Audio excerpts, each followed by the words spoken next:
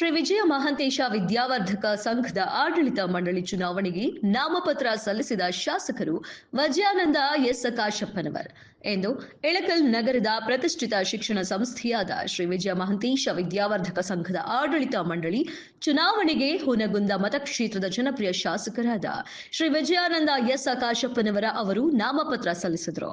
ಈ ಸಂದರ್ಭದಲ್ಲಿ ಹಿರಿಯ ಮುಖಂಡರು, ನಗರಸಭೆ ಸದಸ್ಯರು, ಅಭಿಮಾನಿಗಳು ಉಪಸ್ಥಿತರಿದ್ದರು.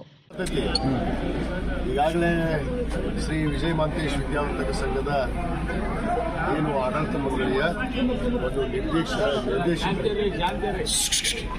ಶ್ರೀ ವಿಜಯ ಮಹಾಂತೇಶ ಕನ್ಸ್ಯೂಮರ್ ಸೊಸೈಟಿ ಹತ್ರ ನಾನು ಕೂಡ ಸ್ಪರ್ಧೆಯನ್ನು ಮಾಡಿದ್ದೆ. ಈಗ ತಾನೇ ನಾಮಪತ್ರವನ್ನು ಸಲ್ಲಿಸಿದ್ದೇನೆ.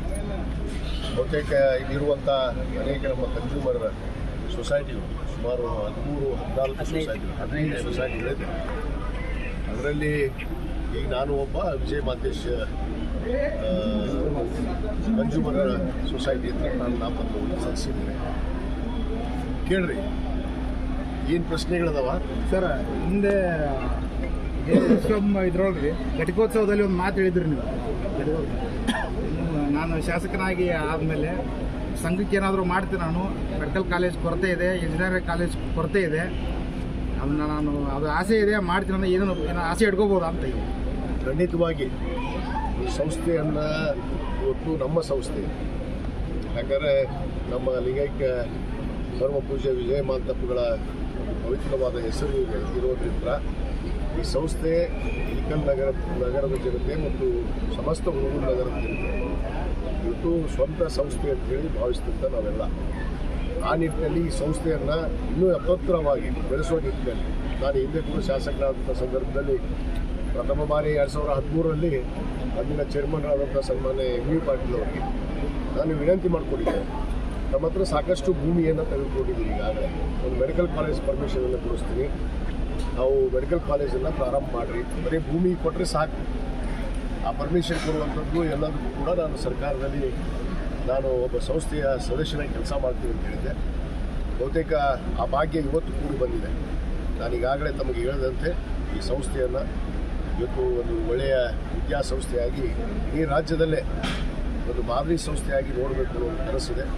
ಆ ನಿಟ್ಟಿನಲ್ಲಿ ಇವತ್ತು ಮೆಡಿಕಲ್ ಕಾಲೇಜ್ ಆಗಿರ್ಬೋದು, ಇಂಜಿನಿಯರ್ ಕಾಲೇಜ್ ಆಗಿರ್ಬೋದು, ಅನೇಕ ಏನು ಶಿಕ್ಷಣ ವಿಚಾರದಲ್ಲಿ ಈ ಒಂದು ಸಂಸ್ಥೆಗೆ ಇನ್ನೂ ಸರ್ಕಾರದ ಸವಲತ್ತುಗಳನ್ನು ತರೋದ್ರ ಮುಖಾಂತರ ಖಂಡಿತವಾಗಿ ಈ ಸಂಸ್ಥೆಯನ್ನು ಒಂದು ಮಾದರಿ ಸಂಸ್ಥೆಯಾಗಿ ನೋಡ್ತೀವಿ ಮುಂದಿನ ದಿನಗಳಲ್ಲಿ ಅನ್ನೋ ಒಂದು ಭರವಸೆಯನ್ನು ನಾನು ಹೇಳಕ್ಕೆ ಇಚ್ಛೆ.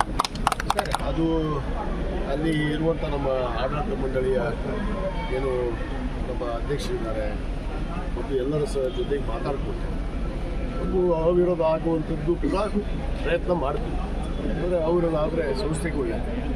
ನಾನು ಮೊದಲೆದ್ದು ಈ ಸಂಸ್ಥೆಗೆ ಬಂದಾಗ ನಾನು ಒಂದೇ ಮಾತನಾಡಿದೆ, ಯಾವುದೇ ಒಂದು ಶಿಕ್ಷಣ ಸಂಸ್ಥೆ ಆಗಲಿ ಇವತ್ತು ಖಾಸಗಿ ಸಂಸ್ಥೆಗಳೇನಿದೆ ಅದರಲ್ಲಿ ರಾಜಕೀಯ ಬೆರೆಸಬಾರ್ದು, ರಾಜಕೀಯನ ಬೆಳೆಸಬಾರ್ದು.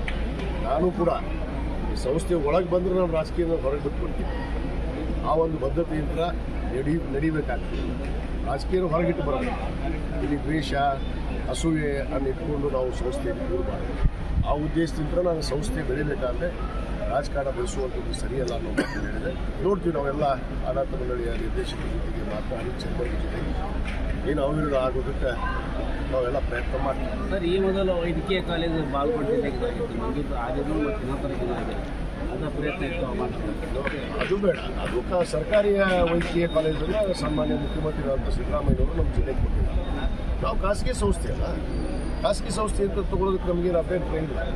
ಅದನ್ನು ಪಡಿಬೋದು. ಯಾಕಂದರೆ ಇಲ್ಲಿ ಈ ಭಾಗದ ಜನರ ವಿದ್ಯಾರ್ಥಿಗಳ ಒಂದು ಆಶಯ ಭಾವ ಕೂಡ ಇದೆ.